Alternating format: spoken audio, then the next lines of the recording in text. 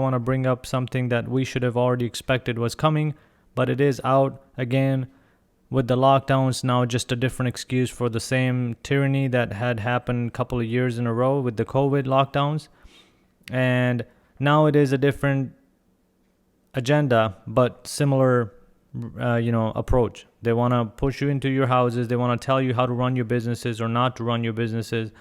And they're even coming at everyone's right to grow their food and agriculture in general because of carbon lockdowns and these carbon emissions that they're saying are happening because of us trying to grow our food. But I want to bring this up. This is from January 2nd, 2022, when Dutch police used attack dogs against anti-lockdown protesters. And the reason I'm bringing this up is because a lot of people had been saying it, and I think more and more people are seeing through this nonsense, but it tells you how something that may or may not be important or necessary at the point of any kind of pandemic or any kind of emergency, it seems to be once you have that authority as a government, it's very, very easy for them to come back to that again for any other reason. Anything will cause them to be like, well, we did it for COVID, and now we're going to do it for this. And that's what's happening. So back in this is from January 2022, chaotic and disturbing scenes are coming out on Sunday's large anti-restriction protest near the National Museum in Amsterdam. The protest had been declared illegal by authorities, but a huge crowd showed up anyways, and that's when police in riot gear attempted to disperse thousands. And now you'll see a lot of similarity here. So Dutch farmers livid over EU's green nitrogen rule block border between Holland and Germany. So the government's plan is to cut nitrogen emission by 30 to 70% as part of the green agenda. And if you realize what happened in another country very recently, and it turned out horrible for the people of the country, is Sri Lanka, where they had this fertilizer ban a couple of years ago, and now the country is in disarray. There's full chaos. People aren't having anything to eat, and the gas prices are ridiculous for them to be even to be able to fill up. So I think the trend is something that even the general public is noticing, and they're not taking it that easily this time around. Very angry Dutch farmers block border between Holland and Germany. Harsh protests in many Dutch cities after politicians' decision to close dozens of farms and cattle ranches to reduce nitrogen by 30 to 70% to comply with EU regulation on nitrogen pollution. So it used to be carbon, now we're going at nitrogen. And I'm not going against anyone's, willingness to help the environment, but I genuinely believe that nature protects itself. There is nothing can be overdone or underdone. It knows how to balance and rebalance itself in any state that disrupts the nature. There will be mass chaos. There will be mass, famine. There will be mass drought if the climate is not the way it is. But for people to elites to come and tell people how they're supposed to work and how they're supposed to grow or not grow their vegetables or their crops at all, I think that's where it's hypocritical in the first place, because they're still using their jets, they're still having food to eat. It's the general public that pays the price for that. So if these are the companies that initially promoted these kind of, made billions off of all kinds of car industries, oil, they made billions in all kinds of factories and industries.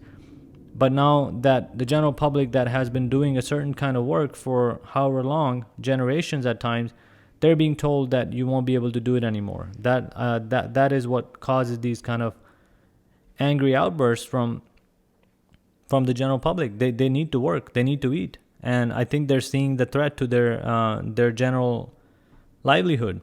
And so they're not letting it go as far as it did with COVID. Even large protests are scheduled for 4th of July, with organizers taking to Telegram to call people to action against rules they say will flatten the country's agricultural industry. Holland closes dozens of farms and cattle ranches to reduce nitrogen by 30%. Angry and hungry farmers block the nation everywhere. And this is going on all over. in Netherlands, the minute and this is the other thing. They're very open this time around. There's no coy approach to get people to comply with this. They're basically telling them that you're gonna have issues with this because, and this is the other why the Dutch farmers are protesting over emissions. And this is one of the statements that was made. The ruling coalition wants to cut emissions of pollutants, predominantly nitrogen oxide and ammonia, by 50% nationwide by 2030. Again, that number comes up when you won't own nothing, you would be happy.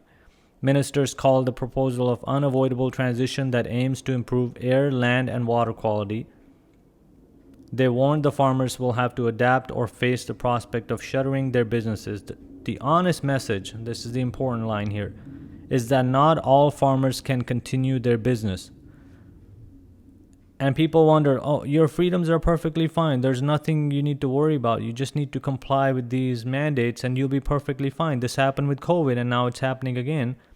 But this time around, they're telling you straight up, not all of you will be able to continue your business as you used to. So, and those who do will likely have to farm differently. And the ones that are also allowed to do it, are going to have to comply with these regulations. They're going to have to do it how they're being told. So there's no freedom in this at all. Like, you don't own anything. Your business is not your own. You don't have the ability or authority to make decisions on how you grow anything, what you grow. That's going to happen here. The government said in a statement this month as it unveiled emission reduction targets. And livestock produce ammonia in the urine and feces. And they're saying, all these are happening all of a sudden to the extent that we have to just basically shut down people's ability to eat food and produce anything when there's food shortages going around. I mean, the timing of this is nuts. I'm not saying that the climate change push should not be done. I'm just saying that you can't starve people and threaten their livelihood to this degree to accomplish something that is yet to be tested, that is yet to even have an impact. As we talked about with the last couple of videos, the EV market, I mean, we're overlooking the fact that they're lithium batteries and how harmful they are for the environment that during the mining process. So what makes you so sure that stopping all of this is going to have a large enough impact, which you think it will, by doing all of this? This is not how it should be approached. And here's the main group of people that are, in charge somehow, some way, not democratically elected by anyone. We just heard about him as a conspiracy theory a couple of years ago, and now they're a day-to-day conversation topic. They're having meetings openly with Trudeau, with Bill Gates, with all different kinds of world leaders going there and making these decisions for you and I without any input from us on a democratic basis. They're flying there in their private jets when they're telling us we can't do this, we can't do that. We should buy an electric car. But Dutch farmers show the world how to protest the WEF, one world government, climate change power grab. And I mean, they're coming out in mass numbers. So what do you think? I mean, at this point, do people understand the importance of having a local way of supporting themselves, local way of growing food? And even from the looks of this, they're coming at it from all angles. They don't want you to have any independence even at a local level. So the point of this video really is to understand and realize that this is happening. There's no conspiracy behind it. There's no doubt behind it anymore. There's no assumptions. That they're all gone. They're all out in the open now. And look, this is a perfect example. Distribution centers and supermarket chains are blocked everywhere. The shelves are almost empty. No farms, no food. Dutch farmers win.